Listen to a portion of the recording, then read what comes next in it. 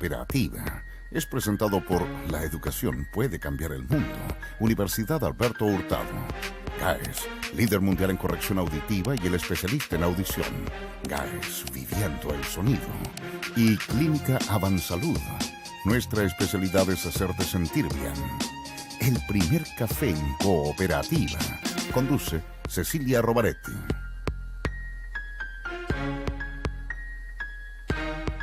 Hola Santiago, hola Chile, hola al mundo que nos sigue a través de cooperativa.cl. 19 grados la temperatura actual, 32 la máxima que se espera para hoy. El primer café de este martes, son las 9:05 y el único que está presente es Camilo Escalona. Y eso que le dimos 5 minutos a Gutenberg Martínez y a Andrés Chadwick y todavía no llega. Pero no importa, ya van a llegar. Con ellos vamos a compartir el primer café de hoy. Recordemos que también nos acompaña en cada café la Universidad Alberto Hurtado. ¿Cómo ha evolucionado la música chilena en el siglo XX? ¿Cómo se produce el encuentro entre las creaciones contemporáneas y la canción popular? Bueno, el destacado compositor chileno Patricio Van, integrante del grupo Quilapayún. ¿Juan o Van? Juan. Van, ok. Juan, ¿no es cierto? Ya, sí. Patricio Juan, integrante del grupo Quilapayún, entregará hoy su mirada de la creación musical local en una charla organizada por el Instituto de Música de la Universidad Alberto Hurtado. Cambia el mundo, Universidad Alberto Hurtado. Bueno, como les decía, estamos con el señor Camilo Escalona, que es el presidente del Instituto Igualdad. Quizá, como en la canción, pronto será presidente del Partido Socialista. Quizás, dije. Quizá. ¿Cómo está Camilo? Muy bien, muy buenos días. Oiga, voy a aprovechar que no han llegado todavía los otros panelistas para entrevistar al señor Camilo Escalona, porque leí que anoche estuvo en el Café Torres con sus amigos socialistas que lo apoyan, entre ellos el señor Viera Gallo, para la candidatura a la presidencia del Partido Socialista. ¿Cómo estuvo eso? Bien, porque son dos sectores internos, como sabe la opinión pública. El Partido Socialista no es monolítico, sino que se constituye en base a diferentes corrientes internas, y dos de ellas, la que se conoce con el nombre de la Renovación Socialista y la que tiene la denominación de la Nueva Izquierda, son coincidentes y hemos establecido un compromiso para poder establecer una lista común para las próximas internas sobre la base del respaldo al Ejecutivo actual, a la Presidenta Bachelet, y al mismo tiempo de poder mantener la unidad del conglomerado de gobierno para el futuro. Camilo Escalona, vamos al grano. A ver, yo leí el fin de semana, especulaciones van, especulaciones vienen, que usted estaba muy dolido porque no lo habían llamado al gabinete de la Presidenta Bachelet, que si usted gana la presidencia del Partido Socialista no es una buena noticia para el gobierno, etcétera, etcétera. Contésteme brevemente. Bueno, la Presidenta lo despejó completamente eso la semana pasada, cuando señaló que el gobierno no interviene de ninguna manera en ninguna elección. Lo ha dicho nuevamente el ministro vocero, don Álvaro Elizalde. Que no interviene, eso es la frase políticamente correcta, pero... Imagínese, yo le respondo de la siguiente manera, que nosotros empezáramos a hacer un ejercicio de invitar a los ministros. Entonces, un ministro fuera la candidatura A, otro fuera la candidatura B, dos no fueran a ninguna y un último quinto fuera la candidatura C.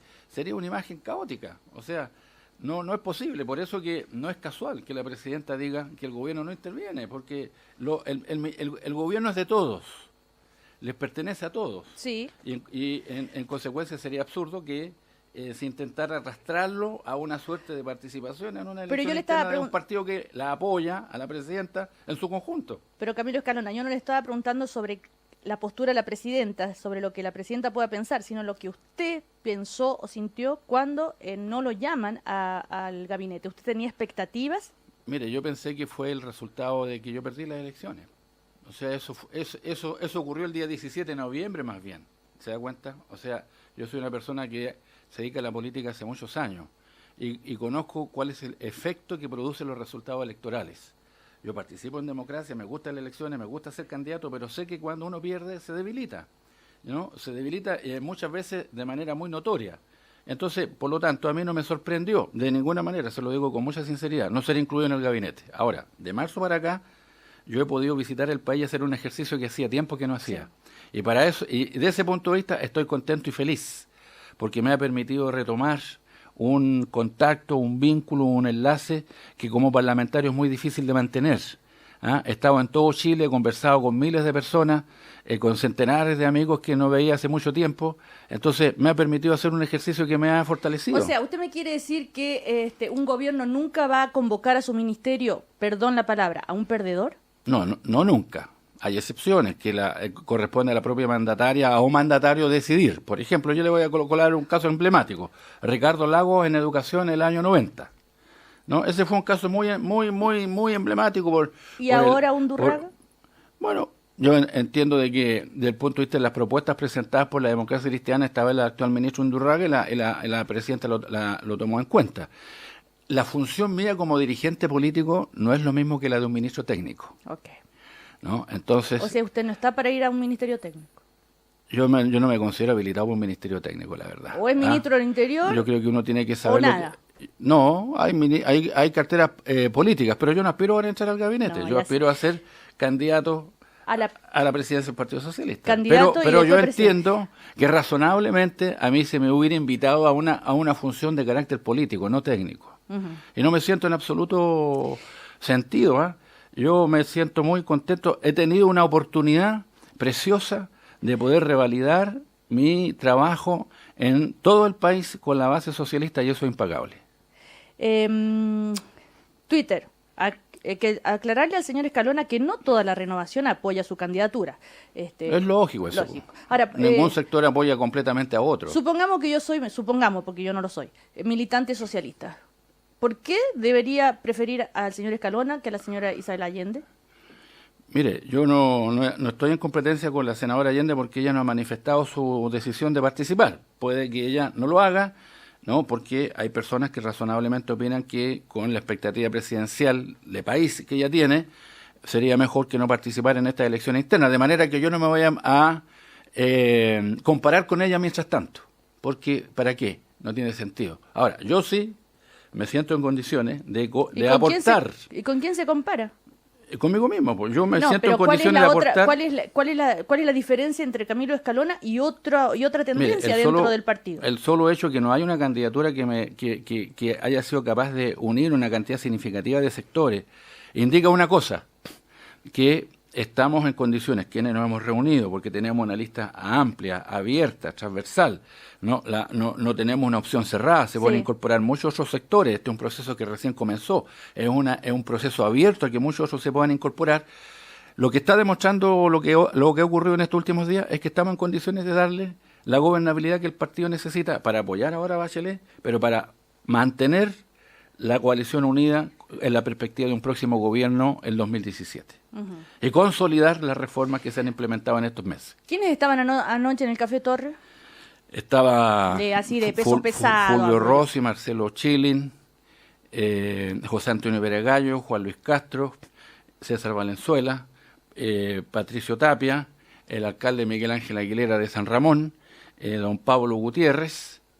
¿Y cómo? Yo leí por ahí que había de los 5 senadores socialistas... Patricio Tapia, ese me falla.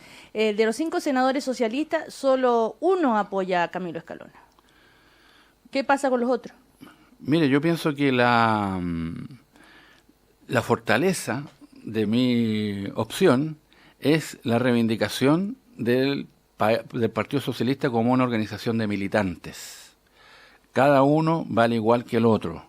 Entonces yo me doy cuenta que ha habido, seguramente muchos lo piensan así en la prensa, y hay otros que se presentan a sí mismos como una especie de electores que tienen un voto superior al de los demás. Pero no es así. Hace mucho tiempo que el valor de la democracia ha establecido que un hombre igual un voto. Bueno, más o menos, porque con el binominal no sé si un hombre un voto. Pero fíjese que hasta el binominal está llegando a su punto de término. O sea, sí. Oye, ¿cuándo le va a llegar Camilo Escalona? ¿Qué cree usted que tiene experiencia política? Mire, yo creo que esa es una de las mejores iniciativas que tomó el gobierno, porque logró ya pasar el trámite de la Cámara de Diputados, ha logrado acercar como nunca antes el término sistema binominal. Espero que el trámite en el Senado pueda culminar con una de las mejores noticias desde el punto de vista democratizador que se puede, es decir, darle a Chile un sistema proporcional con el propósito de que todas las fuerzas, independientemente del tamaño que tengan, puedan tener la opción de ser representadas en el Congreso Nacional. ¿Y por qué dice que es...? Está muy cerca porque falta el último trámite. Pero no me quedó claro. Usted dijo, ¿es la mejor decisión o no es el mejor momento desde el punto de vista de todos los hechos anteriormente para cambiar el sistema? Si no es ahora, ¿cuándo? Recuerdo que Edgardo Benigor hizo un esfuerzo, después Genaro Legay hizo un esfuerzo, diferentes ministros de la presidencia hicieron el esfuerzo, ahora que tiene mayoría. Está muy cerca, además porque entiendo yo que los contactos con el sector de Amplitud primero y después de Renovación Nacional pueden culminar satisfactoriamente para finalmente lograr que el país tenga un sistema de representación proporcional. Bueno, seguimos esperando a Gutenberg Martínez, Andrés Chadwick, y nosotros queríamos esperarlos para comenzar a hablar el tema de, sin lugar a dudas, políticamente más noticioso, que es la detención ayer del exalcalde Lavé. Hasta hace unos días, hasta hace unas semanas, no sé, era académico, recordemos, de una universidad, la Universidad Finisterra. Hoy detenido, procesado por asociación ilícita para secuestrar, torturar y matar 13 personas en Tejas Verdes. El abogado defensor dice que todo esto es un montaje, por supuesto, y que es inocente. Él dice que era profesor de educación física. Hay testimonios, hay que lo fue a entrenar desde ese punto de vista. Se habla de la escuela de la tortura en Tejas Verdes. Y bueno, hay muchas reacciones. Está también Derechos Humanos del Ministerio del Interior, que pide ampliar, ¿no es cierto?, los cargos, no solamente asociación ilícita, sino también otros cargos. Y llegó el señor Gutenberg Martínez. Buenos días. apenas respira. Sí, apenas respira. Recordemos, Gutenberg Martínez, consejero nacional de la Democracia Cristiana. ¿Cómo le va? Bien, pues lo que pasa es que ahora... ¿Por qué llega tarde, señor Gutenberg Martínez? Porque yo estaba acostumbrado a leer la prensa nacional nomás, pero ahora tengo que leer la prensa internacional para ver qué están declarando nuestros embajadores, entonces se me alarga mucho la mañana, digamos, y por eso me atrasé, digamos. Ya, bueno, pero ya vamos a hablar sobre el tema del embajador. Recordemos que Gutenberg Martínez está indignado con que no se haya alejado del cargo al embajador chileno en Uruguay. Estábamos ya abordando el tema político que sorprendió ayer, que es la detención del exalcalde Lavé. Andrés Chadwick también ha llegado tarde, pero llegó a las 9:17 de la mañana. Yo vine detrás del Gutenberg y para que les cuento el taco que armó. Yo creo que lo del atraso, Andrés, es incalificable. La verdad que creo que las cosas tienen por un seguir límite, a Gutenberg Martínez, miren lo que me ha demorado. Sí. Eso puede ser algo significativo. Es una buena costumbre. Bueno, ayer, a propósito de la detención del exalcalde Lavé, que como decíamos, hasta hace poco profesor incluso de la Universidad Finisterra, retomé este libro porque lo entrevistamos, El despertar de los cuervos, del periodista Javier Rebolledo. Es un libro que tal como dice el prólogo, difícil, muy difícil de leer, de soportar. Las atrocidades más grandes, las torturas más terribles, pueden llegar incluso a dejarlo a uno absolutamente trastocado. Esto es en Tejas Verdes. ¿De qué se acusa al ex alcalde, no es cierto?, de haber estado ahí participando en la formación en esta escuela de la tortura? Él dice que no, que la función de él era hacerles preparación física a estos agentes de la DINA. Usted, señor Chadwick, dice, como también militante de la UDI, recordemos, yo conozco a Cristian Lavé, confío en su inocencia, pero para eso están los tribunales de justicia.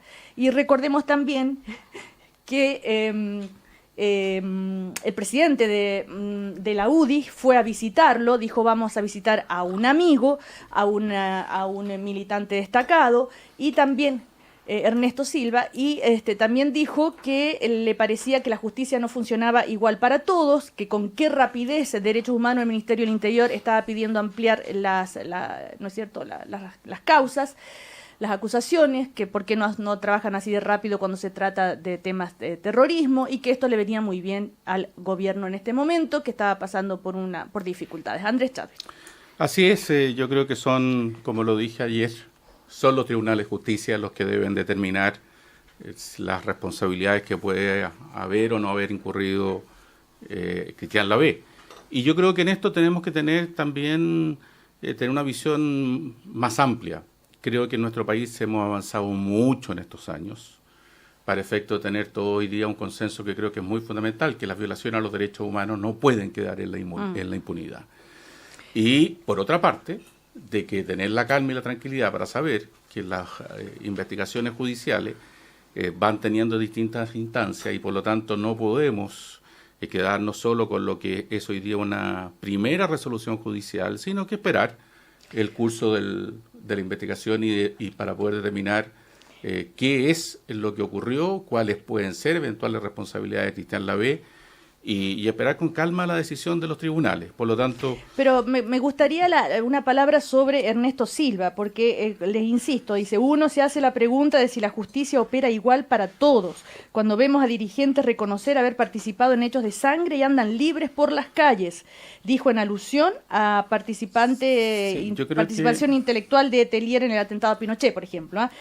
Nunca había visto al Ministerio del Interior actuando tan rápido, ni siquiera en el terrorismo, y diciendo que esto le viene en un momento oportuno al gobierno. ¿Son declaraciones afortunadas del presidente de la UDI, André Chadwick? Perdón, yo creo que ahí hay dos cosas distintas. Obviamente que las declaraciones del presidente del Partido Comunista, Guillermo Telier, en Televisión Nacional el día domingo, creo que llamaron profundamente la atención a muchas personas. Cuando él señala haber sido la persona que dio la autorización para el atentado que se produjo contra el general Pinochet y donde murieron 5 de sus escoltas. Y él ni siquiera expresa ningún sentimiento de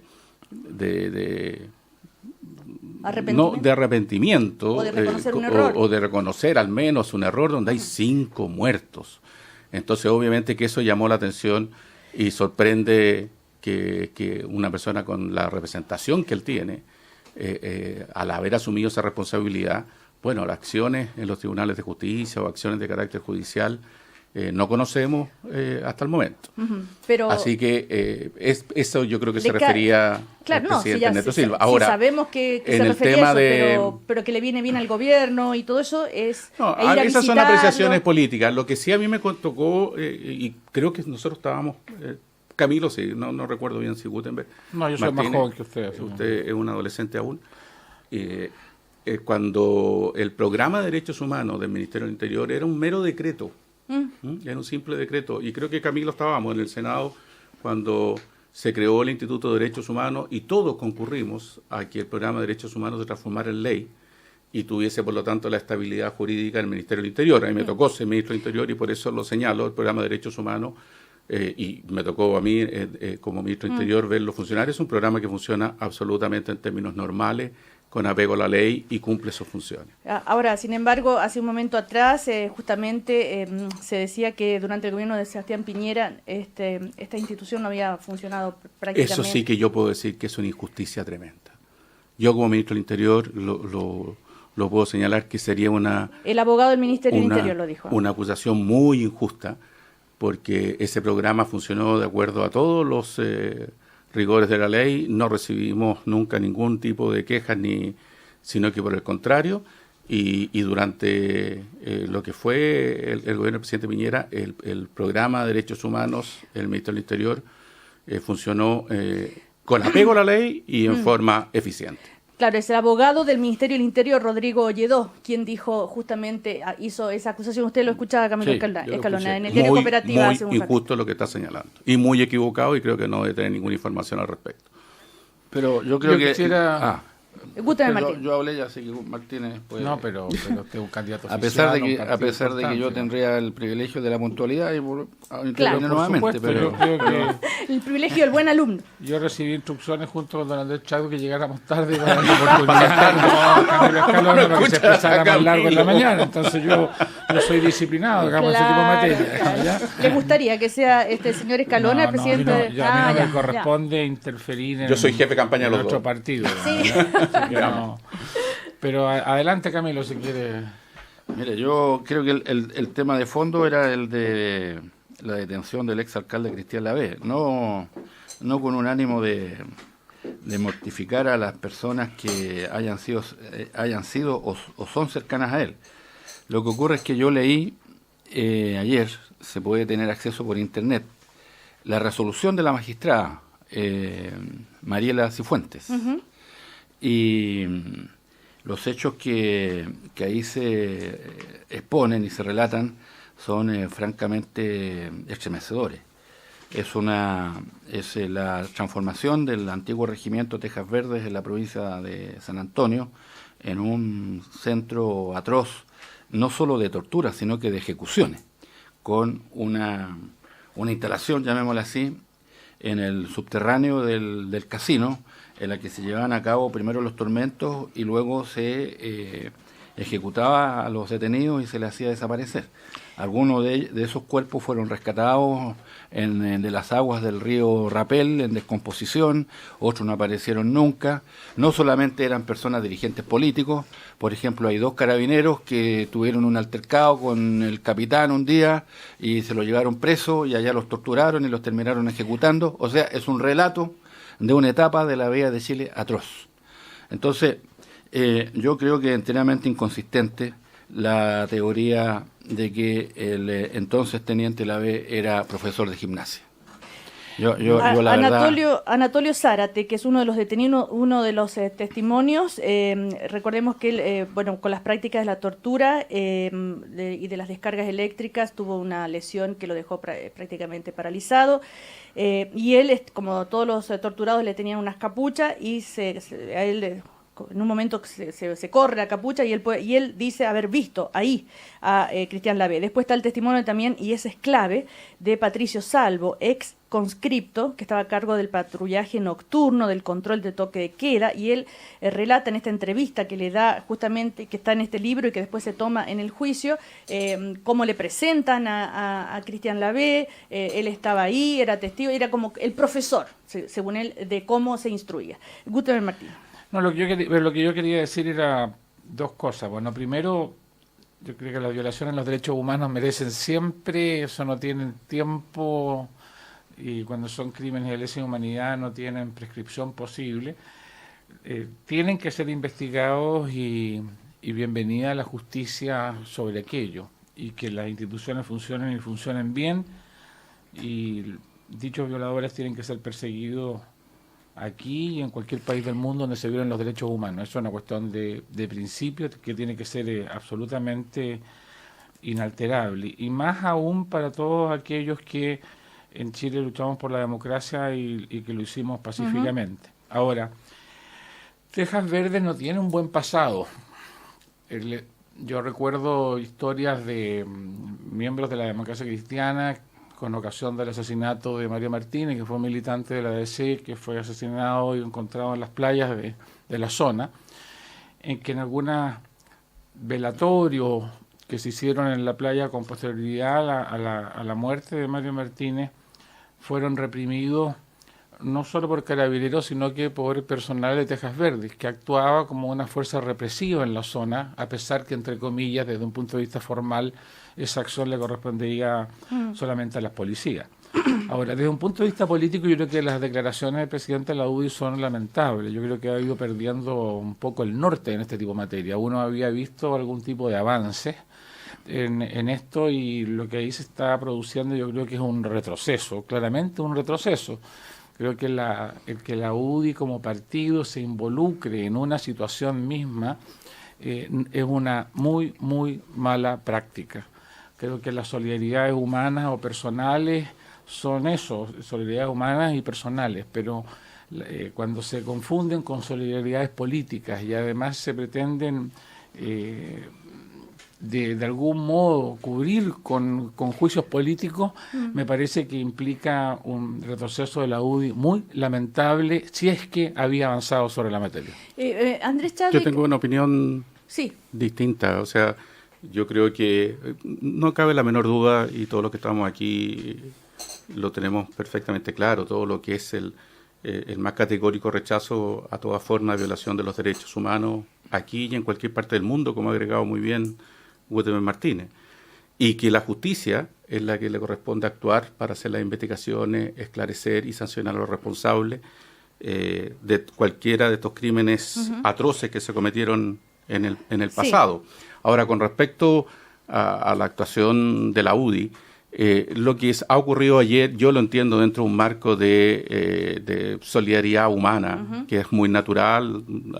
Cristian Lavés es un militante de la UDI, fue 4 veces elegido alcalde de Providencia, y por lo tanto lo que se ha expresado, y así lo entiendo y lo puedo interpretar, es como una solidaridad humana. No corresponde ningún tipo de involucramiento de carácter político en esa situación, como tampoco corresponde adelantarnos en juicios o en participaciones o responsabilidades que van a ser los tribunales de justicia los que les va a determinar hacerlo, y ya lo están haciendo, ya se está haciendo la investigación. Pero usted cree, y en ese sentido yo también leí la resolución judicial del día de ayer, y hay un hecho que es que a uno jurídicamente llama la atención que el procesamiento de Cristian Lavés esté solo referido al hecho de una asociación ilícita.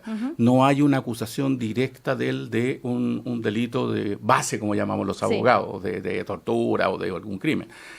Por lo tanto, jurídicamente es curioso. Y eso, por eso que uno dice, momento, veamos, esperemos qué es lo que va ocurriendo. Como siempre, nuestro principio, toda persona es inocente hasta prueba de lo contrario. Pero de todas maneras, ¿está de acuerdo que esta noticia, Andrés Chadwick, le viene en un momento oportuno al gobierno? ¿El mismo que tiene que dar explicaciones por otros temas? A ver, yo creo que ese yo creo que es el error que comete el presidente de la UDI, que pasa de lo que puede ser la solidaridad humana que expresa Andrés acá, a hacer una defensa política de una situación. Lo que tiene que hacer un presidente de un partido democrático, en un sistema democrático, es dejar que las instituciones funcionen, que fue una muy buena frase del presidente Lago de años y por lo tanto dejar que las instituciones funcionen, así como es válida la presunción de la inocencia, es también el respeto a lo que son los fallos judiciales y el respeto final a lo que es la verdad judicial, el único modo de que funcione bien una democracia y uno de sus poderes importantes como el Poder Judicial. Cuando se politiza una situación, quien lo haga está cometiendo un error, y mucho más cuando un partido que tiene que ser democrático como obligación democrática a través de su presidente de partido, comienza indirectamente a asumir una defensa política de situaciones en materia de derechos humanos. Yo creo que es un profundo error de la UDI. Yo sé que Andrés está en una situación difícil y que no haya cómo defender esto, pero no hay cosas que no se pueden defender. Yo creo sí decir, Gutenberg, que la UDI ha tenido y ha dado un compromiso en su historia de actuar responsablemente frente al funcionamiento de la institucionalidad del país en todos los ámbitos, y que creo que las declaraciones de Ernesto Silva hay que entenderla dentro de una solidaridad humana y en ningún caso de una situación que la UDI quiera evadir o buscar enlodar o responsabilidad. Eso es una presión indebida a una magistrada. No puede haber presión, digamos, lo que está haciendo el Poder Judicial, ni para bien ni para mal. Sí. Además, tú bien sabes que hay normas constitucionales sobre esa materia que incluyen a los legisladores, y el presidente de la UDI es un diputado. Y hay un artículo específico de la Constitución que señala que no se puede interferir en las acciones de otro poder del Estado. No veo ninguna expresión del presidente de la UDI que implique una presión a un magistrado o está faltando a sus deberes constitucionales. Desde el momento que está diciendo nadie en este país pudiese creer hoy día que la UDI tiene una capacidad de presionar a un magistrado. Desde el momento que está diciendo que es una decisión que le viene bien al gobierno, que es tan oportuna en el momento que se produce, lo que está cuestionando es la decisión de un juez. No, ese es un comentario, una apreciación de carácter político, circunstancial, que no dice con presionar o interferir en la acción de los tribunales de justicia. Creo que la autonomía de los tribunales de justicia es mucho más que eso, Gutenberg. Y ellos no necesitan que alguien se los venga a recordar. Solo es una apreciación política dentro de un contexto en que la UDI tiene muy claro, y históricamente así lo ha reflejado, su compromiso con la institucionalidad del país, con el respeto a la autonomía del Poder Judicial y su condena a la violación a los derechos humanos. Camilo Escalona. Yo creo que hay dos enfoques, porque en su primera intervención acá, hace algunos minutos atrás, Andrés Chadwick dijo que ningún delito contra los derechos humanos puede quedar impune. Ese es un enfoque, yo lo valoro. Y creo que es el resultado de una larguísima evolución que tuvo nuestro país en el curso de aproximadamente unos 30 años. Sobre todo después del 88 con el triunfo del no. Porque debo decir que estas investigaciones no son fruto del azar. primero fue el informe Rettig y luego en la primera parte de la década del 2000 el informe Vales posibilitó que se aprobaran la existencia de estos ministros especiales que han investigado sobre la totalidad de las personas que sufrieron violaciones, ejecutados, detenidos, desaparecidos o tormentos, y han permitido finalmente llegar a esclarecer la verdad. Pero en el intertanto, yo creo que ha habido un hecho desafortunado. Ha surgido nuevos líderes, en particular en la UDI, que tiene en este caso a Ernesto Silva y Javier Macaya, su presidente y su secretario general pertenecen a una generación nueva, tienen ambos 2 periodos de diputados. Sin embargo, desafortunadamente, ellos creo que tienen una mirada atrasada, no han actualizado su punto de vista, se niegan a la verdad. Yo creo que aquí el problema esencial es que hay que reconocer la verdad tal cual es, y esa no es otra que la existencia de estos crueles tormentos que tienen que ser sancionados. Uno podría, sin duda que este es un proceso y el país lo ha ido asumiendo y lo importante es que hoy día todos compartimos determinados valores y determinadas acciones. Ahora, si nos queremos mirar en si alguna declaración implica un retroceso o no un retroceso, me gustaría saber lo que piensan ustedes, por ejemplo, lo que dijo el presidente del Partido Comunista el día domingo, que es parte del conglomerado político que ustedes integran, donde el señor Tellier asume la responsabilidad y dice haber dado la instrucción de haber ordenado que se mataran a 5 personas. Entonces, eso también solo se mira para un solo lado. Y eso obviamente que genera retrocesos, Camilo, en el proceso que estamos llevando a cabo. Solamente quería preguntarle, Andrés Chadwick, sobre las declaraciones del alcalde de la Florida, que es UDI, que dice es una provocación hacia las víctimas lo que hizo Ernesto Silva. No somos creíbles después de esto cuando les pedimos perdón a las víctimas. Bueno, muy crítico. Entonces hay quienes dicen... Tiene derecho a decirlo, yo no las comparto. Yo creo que lo que ha sido ha señalado... que es una provocación, etcétera, etcétera. Y hay quienes dicen, a ver, el señor Carter no es de la UDI, parece que usó la UDI para llegar a la alcaldía y hoy en día me gustan, no comparto ni las declaraciones de él ni quienes lo denostan. Tiene su derecho a expresarla, él es un militante de la UDI, alcalde de la UDI. Así como ocurre y es natural, él tiene una opinión, yo no comparto su opinión, pero tampoco comparto a quienes lo descalifican. Yo creo que es evidente, Cecilia, que hay a lo menos 2 líneas en la derecha, como bien decía Camilo, sobre la materia. A mí me tocó ver anoche parte de un debate en televisión en el cual Joaquín Lavín tenía una reacción y otro personero que me dio la impresión que era... Creo que era Hernán Larraín, no, pero era una persona más joven. Hernán Larraín Mate. Me dio la impresión que era él, no estoy seguro, en que tenía la otra línea en términos de decir aquí hubo violaciones de derechos humanos y estas tienen que perseguirse, reconocerse. ¿Y Joaquín Lavín no lo reconocía? Lo reconoció hace mucho tiempo. Joaquín tenía, yo diría, fue de los primeros una reacción respecto al tema que estamos en discusión muy similar, por lo que yo le escuché, a lo que estaba diciendo la directiva de la UDI. Aquí hay 2 líneas sobre la materia en la derecha y eso es lo que hay que constatar. Ahora, a mí me da un poquito de pena que, habiendo hecho el presidente Piñera o el expresidente Piñera un avance importante en la materia, que nosotros le reconocimos, su ex ministro del Interior aquí lo vea titubeando, digamos, entre lo que dice la UDI y lo que dijo Piñera.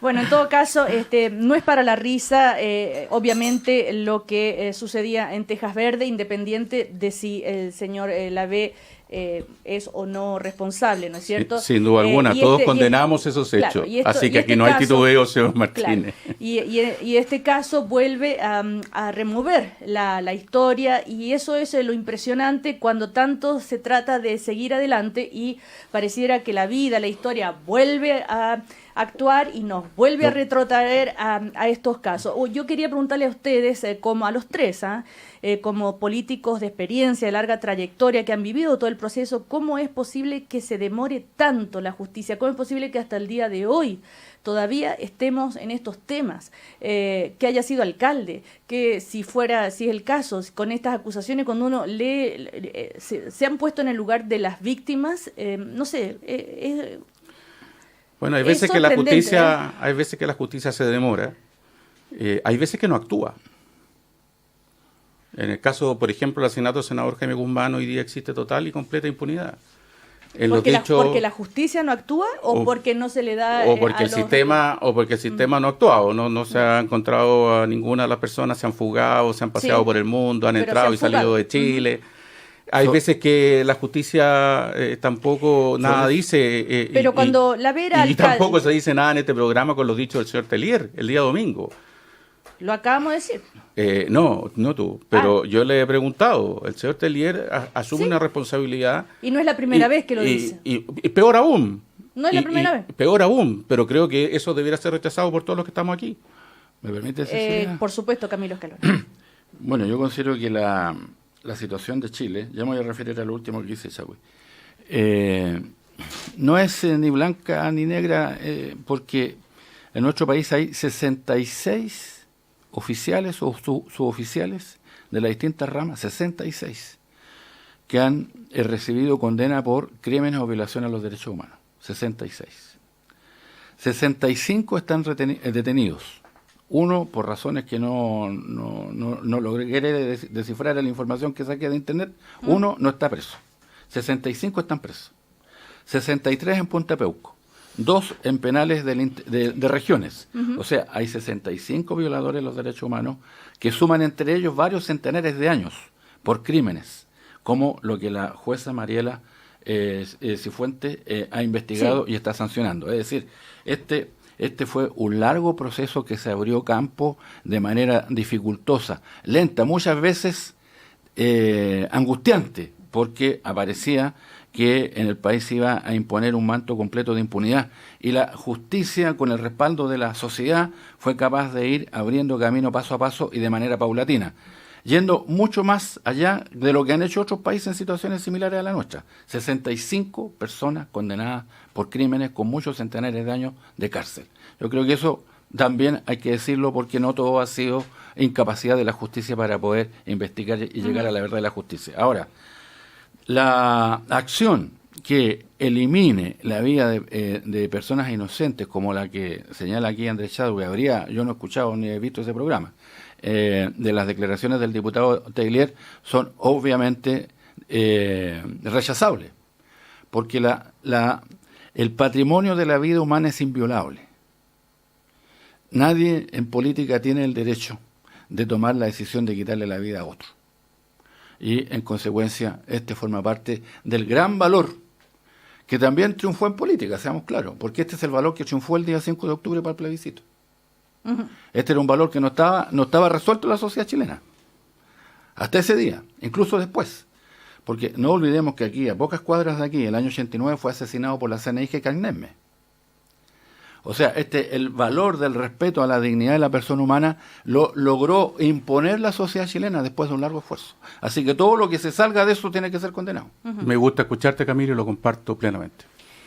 Yo creo que Martínez. A mí me parece muy bien, digamos, que en términos democráticos Andrés, digamos, nos haga preguntas y uno se sienta democráticamente obligado a responderlas, así que no tengo problema en responder también lo que él plantea. Pero primero, en términos de los derechos humanos, siguiendo la lógica que planteaba Camilo, yo tengo la conciencia tranquila en cuanto a que, y a lo que decías tú, Cecilia, que Chile debe ser, de los países que ha sufrido dictadura, un país que más ha avanzado en materia de lo que fue las frases iniciales del presidente Elwin, de verdad, de justicia y de reconciliación a la vez y en paralelo.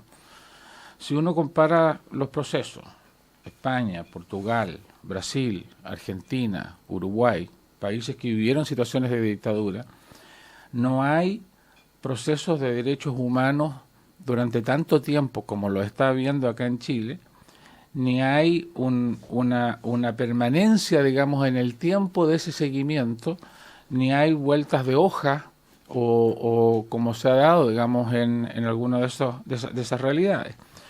Yo recuerdo un diálogo creo que lo cité alguna vez aquí en la radio, con el juez Garzón en la Universidad Cervantes, que preguntaba respecto a esa frase de Elwin en cuanto a que sobre el tema había dicho toda la justicia que sea posible, y que algunas la criticaban como ambigua. Dijo que él la sentía como la frase más política y más inteligente en materia de derechos humanos y más efectiva, precisamente por lo que acabo de relatar. Ahora, a su vez, yo rechazo todo doble estándar y por lo tanto todo el rechazo que nosotros hicimos a la violencia, a la dictadura, también lo hicimos como un rechazo a los que querían practicar o practicaban la vida violenta frente a la dictadura y también a los que practicaban la vida violenta antes de la dictadura. Y de ese punto de vista creo que no ha habido, en eso reconozco, no ha habido un análisis político y una toma de responsabilidades de lo que significó el error estratégico del PC, de haber adoptado la vía violenta en los últimos años de la dictadura y la responsabilidad que eso implica probablemente en la extensión de duración de la dictadura que le permitía justificarse a sí misma. Y creo que ahí hay un juicio histórico pendiente. Y en lo de Jaime Guzmán me parece que es muy injusto que no se haya avanzado, es muy malo que la justicia argentina y el gobierno argentino no haya dado las extradiciones correspondientes, que el gobierno cubano no haya colaborado al respecto, es decir, la justicia en materia de derechos humanos pese a quien pese. Hay violaciones a los derechos humanos que son estatales, que son propiamente violaciones de los estados, pero ya hay un avance en materia internacional en reconocer, digamos, que el derecho a la vida, bueno, primero obviamente es un derecho absoluto, inalienable por parte de todos y que tiene que ser perseguido judicialmente en todos lados. Bueno, yo lamento Camilo que el crimen de Jaime Guzmán no sea esclarecido, porque yo estoy convencido que ese fue un asesinato que tenía un propósito político contra la transición democrática. Si esto fue el año 91, ¿no? Si, así es. Un proceso de transición todavía. Ahora se usa la palabra en pañales, pero hablemos del año 90-91, era una criatura que recién se ponía en pie, recién balbuceaba, y fue una decisión política que intentó frenar y desestabilizar ese proceso que todavía era muy frágil. ¿Y por qué tendría interés el Partido Comunista de desestabilizar ese proceso? No, el Partido Comunista no fue el responsable, fue Sí, pero si Tellier era el... es que Tellier fue anterior. Yo creo que bien justo. No era el Partido Comunista responsable en ese momento. En ese momento no lo era, durante la década de los 80. Del Frente Patriótico Manuel Rodríguez, pero lamentablemente el caso quedó sin aclarar. Sí, perdón. Sí. O sea, aquí yo tengo una mirada, si se quiere, de sospecha sobre lo que ocurrió con el crimen de Jaime Guzmán, porque para mí era un asesinato con el proceso de echar abajo la transición democrática en Chile. ¿Y cuál es la sospecha? La sospecha es que esté la DINE de la época involucrada. Podría ser embajadora. La dirección de inteligencia la dirección de inteligencia del ejército de la época. No olvidemos que Pinochet era el comandante en jefe. No seamos inocentes, no nos hagamos los lesos respecto a lo que pasaba en Chile en ese tiempo, ¿no? Entonces lamentablemente la justicia no logró esclarecer los hechos, porque yo creo que era de tal forma poderosa las fuerzas que se movieron en torno al asesinato de Jaime Guzmán que la justicia no tuvo la responsabilidad. La justicia, tristemente para Chile, no logró esclarecer ese crimen tremendo. Ahora hay obviamente una precisión a lo que dice Camilo. Andrés Chadwick. En el crimen de Jaime Guzmán, de las investigaciones judiciales, está debidamente acreditado que fue un crimen que se tomó la decisión en la cúpula del Frente Manuel Rodríguez, sí, con el líder Galvarino Apablaza. Y los operadores y autores directos del crimen fueron personas pertenecientes al Frente Manuel Rodríguez y que están y han recibido, entre otros, protección permanente en Cuba. Han estado y han vivido muchos años en Cuba y eso está comprobado en el proceso, por lo tanto... Pero ¿cuál ha sido la actitud del Partido Comunista respecto justamente a ese tema? Yo quiero a mí me gusta la mayor precisión posible, porque no me gusta adjudicarle conducta a personas que no tengo cómo poderlas comprobar. El caso del Partido Comunista tuvo, y así se ha demostrado, y creo que el presidente del Partido Comunista, Guillermo Tellier, ayer lo dejó en forma clarísima, una responsabilidad, una tuición y una conducción del Frente Manuel Rodríguez, a lo menos durante los años 80. A partir de los años 90, donde se inscribe el crimen de Jaime Guzmán, entiendo por los antecedentes que existen que el Frente ya tenía una decisión de carácter más autónomo. Está el tema entonces... Una última cosa sobre Tejas Verdes. Sí, yo creo que la gravedad de lo de Tejas Verdes radica no solamente en que el asesinato de estas 13 personas que investigó la magistrada Cifuentes, sino que esta fue la cuna de la DINA. desde estos hechos terribles, de esta, entre comillas, instrucción, desde este entrenamiento, ¿no? Manuel Contreras salió a proponerle a Pinochet la creación de la DINA, y esa fue la cuna del horror posterior. De manera que todo lo que sea investigar lo que en ese centro de ejecución ocurrió es muy importante desde el punto de vista del esclarecimiento de una etapa tan dura de la vida en nuestro país como fue cuando la Dirección de Inteligencia Nacional mandada por el coronel y después general Contreras hacía lo que se le antojaba en nuestro país. Bueno, conejillos de India, se decían, incluso el ex conscripto también lo dice, y ahí como que con médicos cómplices que trataban de ver hasta dónde se podía llegar con la tortura, muchos se les morían, dice. Bueno, en fin, esto es lo que pasaba en Tejas Verde a propósito de la detención, prisión preventiva, que recordemos, la jueza le da la libertad bajo fianza, pero tiene que ser consultado a la Corte, ¿verdad?, para ver qué sucede con Cristian Lavé. Está el tema, Gutenberg Martínez está en nuestro panel hoy día. Ayer gran artículo en el diario El Mercurio, donde a propósito del embajador chileno, comunista también,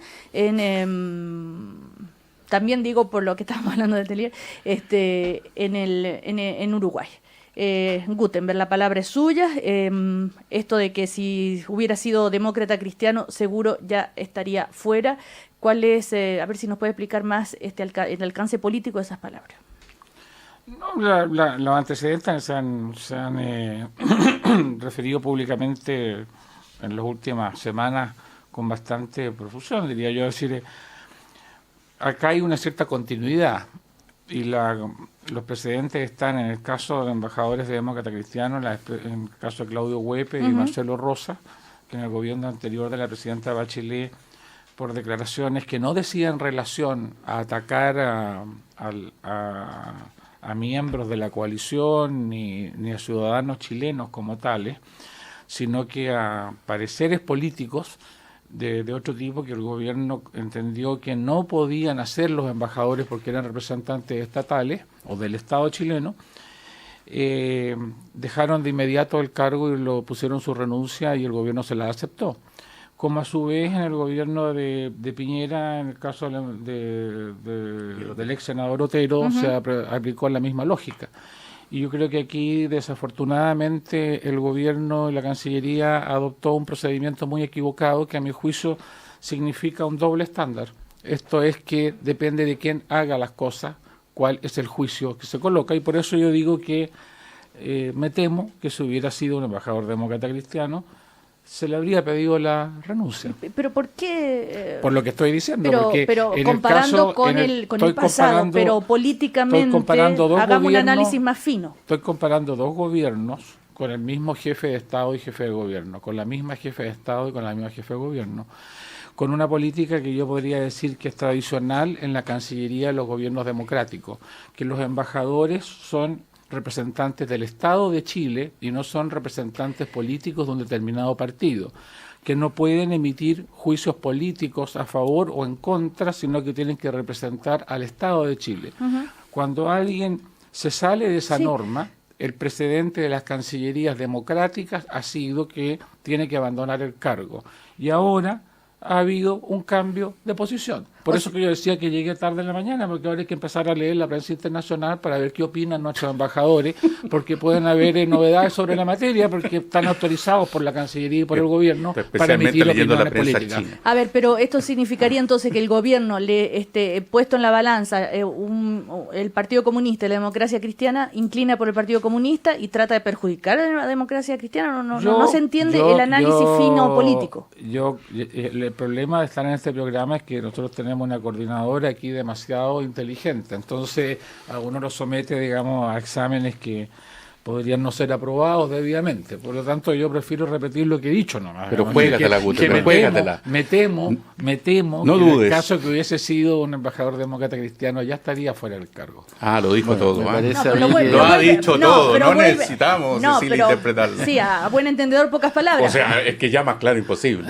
¿Sí? Antes que llegue pero la me hubiera 10, gustado la frase explícita, no los eufemismos. Cecilia, Pero bueno. disculpa, no necesita explicitar nada, lo dijo todo. Ya, Antes que nos pida las 10. Camilo Escalona. Yo creo que Martín está haciendo una extensión de los hechos indebida, por la siguiente razón, porque hubo dos destacadísimos militantes de la democracia cristiana que eran los cancilleres en los casos que él alude en el primer gobierno de Bachelet, ¿no? El ex canciller Alejandro Foxley y el ex canciller Mariano Fernández, los enaltece, ¿no?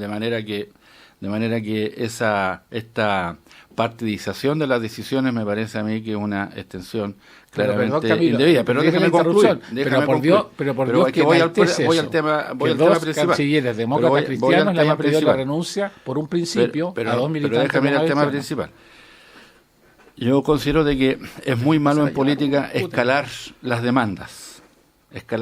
¿Por qué? Porque cuando estas declaraciones se generaron, los representantes de los partidos, entre ellos el presidente de la democracia cristiana, pidió que el embajador rectificara sus dichos y la Cancillería así se lo exigiera. Así ocurrió. El embajador Eduardo Contreras pidió excusas y rectificó sus dichos. Y la Cancillería lo mandó a venir a Chile con el propósito que entregara informara directamente al canciller. Una vez que lo que se pidió se hizo, entonces se agrega una nueva solicitud. Ahora entonces el embajador se tiene que ir. A mí eso me parece una práctica enteramente fuera de lugar. Me parece una práctica que no comparto por la siguiente razón. Porque al embajador se le pidió que diera explicación y rectificara sus dichos, y el embajador así lo hizo. Luego que él lo hace, entonces se exige que se vaya. ¿Por qué no comenzamos, si esa era la idea, a manifestarle en un inicio al gobierno que la opinión de un determinado partido era que se fuera? Ahora, a mí me parece que una vez que dio excusas a la democracia cristiana, no, francamente, yo creo que es abusar. Que luego que la persona pide excusas por los dichos, se le dice, bueno, ahora que usted me dio la excusa, se tiene que ir. Yo creo que tenemos... Discúlpame, sí, Gutenberg, yo encantado de escucharlo ustedes dos en esta materia. Es una discusión entre casados, digamos. Sí. Casados con con problemas. No se entrometan en lo que nos pero ya puedo agregar que casados con muchos problemas. Pero lo que quiero decir es que hay telenovelas sobre la materia. Yo lo que quisiera decir es lo siguiente. Primero, el recuerdo de los cancilleres enaltece la democracia cristiana, que en un principio de cuál debe ser el comportamiento de los embajadores, dos cancilleres demócratas cristianos aplicando ese principio de los gobiernos democráticos, tramitaran la renuncia de dos embajadores de C porque se salían de una política de Estado sobre cómo deben actuar los embajadores. Segundo, los gobiernos y los cancilleres tienen que actuar no por lo que le pidan los partidos, sino por lo que corresponde de un punto de vista de Estado. Y desde ese punto de vista, aquí no ha habido una buena decisión desde un punto de vista de Cancillería de Estado. Tercero, lo que estamos haciendo es análisis político.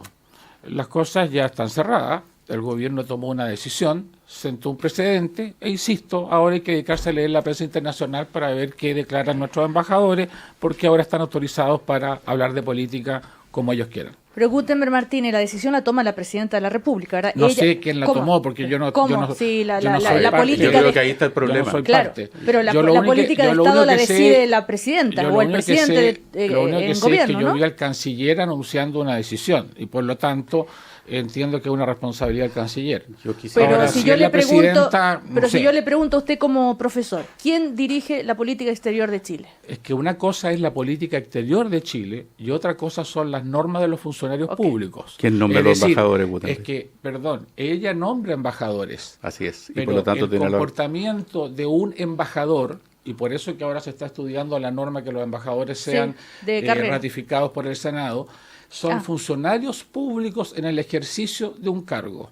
Una cosa es que lo nombre el presidente como muchos otros cargos, una cosa es que el presidente dirija la política exterior y otra cosa es el comportamiento de los funcionarios públicos en el desempeño de su cargo. Son dos cosas distintas. Yo tengo un punto, sí, a mí me parece, comparto plenamente lo que ha señalado Gutenberg Martínez. No me ayude, compadre.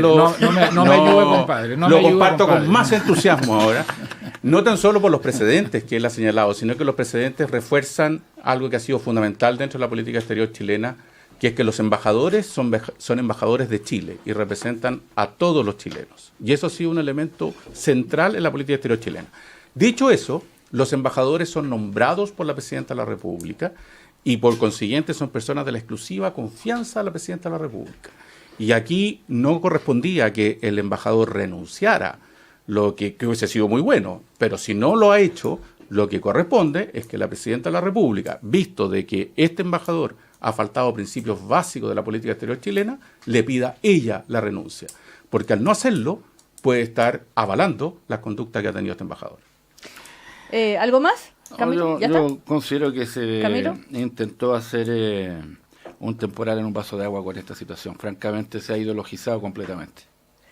Bueno, ¿se nos terminó el tiempo? Sí, yo quería ver, pero se nos terminó el tiempo para otra oportunidad. Es que leí el discurso de cierre del Papa del Sínodo de Obispos y es realmente precioso. Ayer hablamos del tema. Pero el discurso yo escuché el programa, no se conocía todavía. Realmente yo diría que el testimonio del Papa Francisco, verlo al término del sínodo, salir caminando solo, digamos, de vuelta a su departamento, y la forma en que parafrasea lo que es la discusión y cómo abre la discusión en la Iglesia sobre temas gravitantes, realmente es una iluminación en el mundo cristiano. ¿La próxima semana? Me parece fantástico. No lleguen tarde, por favor. Es que Andrés Chadwick. Camilo no autoriza, llegamos a la hora. Andrés Chadwick, Gutenberg Martínez, Camilo Escalona, muchísimas gracias. Que les vaya muy bien. Buenos días. Chau, chau.